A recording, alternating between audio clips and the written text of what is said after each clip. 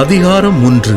மன்னன் ஓகின் மீது இஸ்ரேல் வெற்றி கொள்ளல். பின்பு நாம் திரும்பி பாசானுக்கு போகும் வழியில் சென்றோம். பாசானின் மன்னன் ஓகு தன் மக்கள் அனைவரோடும் நம்மை எதிர்கொண்டு எதிரேயில் போரிட்டு புறப்பட்டு வந்தான். அப்பொழுது ஆண்டவர் என்னை நோக்கி, அவனுக்கு நீ அஞ்சாதே, ஏனெனில் அவனையும் அவன் மக்கள் அனைவரையும் அவன் நாட்டையும் உன்னிடம் ஒப்படைத்துள்ளேன். எஸ்போனில் வாழ்ந்த எமோரியரின் அரசன் சீகோனுக்கு நீ செய்தது போலவே அவனுக்கும் செய் என்றார். அவ்வாறே நம் கடவுளாகிய ஆண்டவர் பாசானின் மன்னனாகிய ஓகையும் அவன் மக்கள் அனைவரையும் நம்மிடம் ஒப்படைத்தார். அவனுக்கு சொந்தமான எவனும் எஞ்சியிராதபடி அவர்களை தாக்கினோம். அச்சமயம் அவனுடைய நகர்கள் அனைத்தையும் கைப்பற்றினோம். அப்பகுதியில் நாம் கைப்பற்றாத நகர் எதுவுமே இல்லை. அருகோவின் எல்லா பகுதிகளிலும் பாசானில் இருந்த ஓகின் நாட்டிலும் மொத்தம் 60 நகர்களை கைப்பற்றினோம். அந்த நகர்களெல்லாம் மிக உயர்ந்த மதில்களாலும் இரட்டை கதவுகளாலும் தாழ்பாள்களாலும்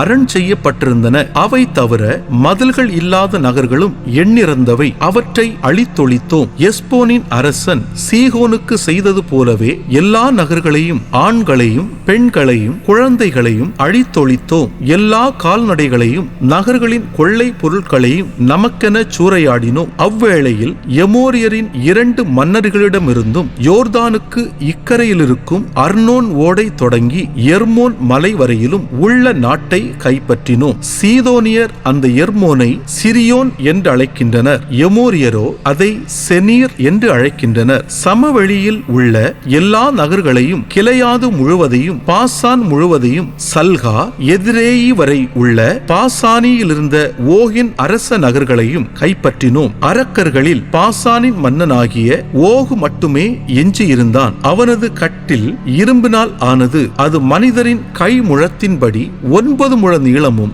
4 முழ அகலமும் கொண்டது. அது அம்மோனியரின் இரபா நகரில் உள்ளதென்றோ. யோர்தானுக்கு கிழக்கே குடியேறிய குலங்கள். அக்காலத்தில் நாம் உடமையாக்கி கொண்ட இந்த நாட்டில் அர்னோன் ஓடைக்கரையில் உள்ள அரோயேர் முதல் கிளையாது மலைநாட்டின் ஒரு பகுதியையும் அதன் நகர்களையும் ரூபன் குலத்திற்கும் காத்து குலத்திற்கும் நான் கொடுத்தேன். கிளையாதின் மறுபகுதியையும் ஓகின் ஆட்சிக்குட்பட்ட பாசான் முழுவதையும் மனாசேயின் பாதி குலத்திற்கு கொடுத்தேன். மேலும் அரக்கர்களின் நாடு எனப்பட்ட பாசானை சார்ந்த கிளையாதின் மறுபகுதியை ஓகின் ஆட்சிக்குட்பட்ட பாசான் முழுவதையும் மனாசேயின் பாதி குலத்திற்கு கொடுத்தேன். மேலும் அரக்கர்களின் நாடு எனப்பட்ட பாசானை சார்ந்த அருகோபு பகுதி முழுவதையும் கொடுத்தேன். மனாசேயின் மகன் யாயிர் அருகோபு பகுதி முழுவதையும் கெசூரியர் மகாத்தியர் என்பவர்களது எல்லை வரை உடமையாக்கி கொண்டு பாசான் என்னும் அப்பகுதியை தனது பெயராலேயே அவ்வோத்து யாயிர் என்று அழைத்தான். அது இன்று வரை வழக்கில் உள்ளது. மாக்கிற்கு கிளையாதை கொடுத்தேன். அர்னோன் ஓடை வரை உள்ள கிளையாதின் பகுதியையும் அர்னோன் நடு ஓடையும் அதன் எல்லைப்புற நாடும் தொடங்கி அம்மோனியரின் எல்லையாகிய யாப்போக்கு ஆறு வரைக்கும் உள்ள பகுதியையும் ரூபன் குலத்திற்கும் காத்து குலத்திற்கும் கொடுத்தேன். மற்றும் கினரேத்து முதல் பிஸ்காவுக்கு கிழக்கே தாழ்வாக இருக்கும் அராபாவின் உப்புக்கடல் வரை யோர்தானை எல்லையாக கொண்ட சமவெளியையும் அவர்களுக்கு கொடுத்தேன். அப்பொழுது நான் உங்களை நோக்கி கட்டளையிட்டது, உங்கள் கடவுளாகிய ஆண்டவர் இந்த நாட்டை நீங்கள் உரிமையாக்கி கொள்ளுமாறு தந்துள்ளார். உங்களுள் போர்வீரர் அனைவரும் போர்க்கலன் தாங்கியவராய் உங்கள் சகோதரராகிய இஸ்ரேல் மக்களுக்கு முன்னே செல்லுங்கள். உங்கள் மனைவியரும் பிள்ளைகளும் மந்தைகளும் மட்டும் உங்களுக்கு திரளான மந்தைகள் உண்டென நான் அறிவேன்.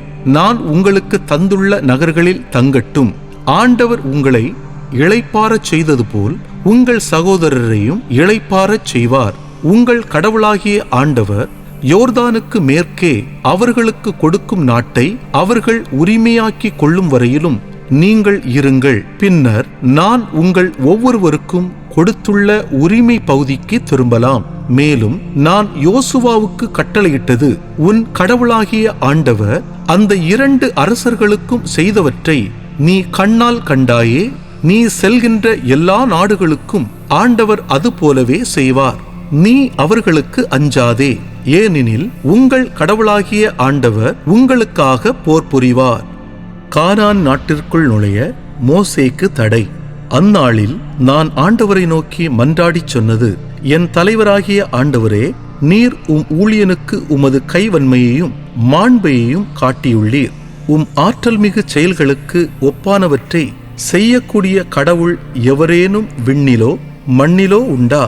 நான் கடந்து சென்று யோர்தானுக்கு மேற்கிலுள்ள நல்ல நாட்டையும் அழகிய மலைப்பகுதியையும் லெபனானையும் கண்டிட எனக்கு அனுமதி அளியும். ஆனால் ஆண்டவர் உங்கள் பொருட்டு என்மேல் சினம் கொண்டவராய் எனக்கு செவி கொடுக்கவில்லை. அவர் என்னை நோக்கி கூறியது, போதும், இது குறித்து இனி நீ என்னிடம் எதுவும் பேச வேண்டாம். பிஸ்கா மலைமுகட்டுக்கு ஏறிப்போ. மேற்கிலும் வடக்கிலும் தெற்கிலும் கிழக்கிலும் உன் பார்வையை செலுத்து. கண்குளிர பார்த்துக்கொள்.